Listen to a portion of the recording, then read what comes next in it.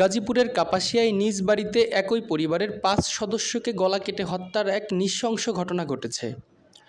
শনিবার ভোরে উপজেলার রাউতকোনা পূর্বপাড়া গ্রামে এই বর্বরোচিত হত্যাকাণ্ডটি সংঘটিত হয়।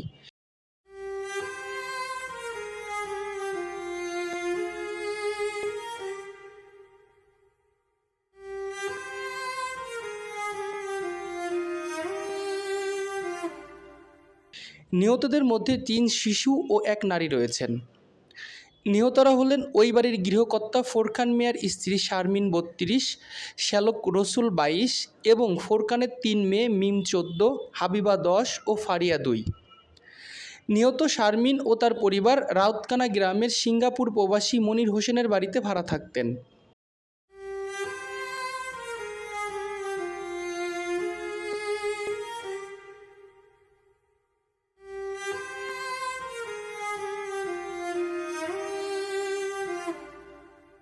নিহত শারমিনের ভাগ্নে সাকিব জানান, শুক্রবার সন্ধ্যায় শ্যালক রসুলকে চাকরি দেওয়ার প্রলোভন দেখিয়ে ডেকে আনেন দুলাভাই ফোরকান।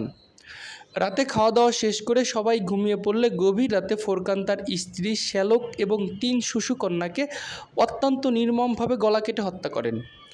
সকালে নিহতের স্বজনেরা ঘরের মেঝেতে ৫টি মরদেহ পড়ে থাকতে দেখে পুলিশে খবর দেন।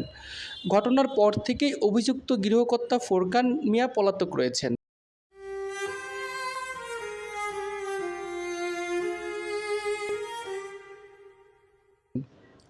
একই পরিবারের ৫ সদস্যের এমন করুণ ও পৈশাচিক মৃত্যুর খবর ছড়িয়ে পড়লে পুরো এলাকায় শোক ও চরম আতঙ্ক নেমে আসে। হাজারো মানুষ ওই বাড়িতে ভিড় জমান। পুলিশ মরদেহগুলো উদ্ধার করে ময়নাতদন্তের জন্য পাঠানোর প্রক্রিয়া শুরু করেছে।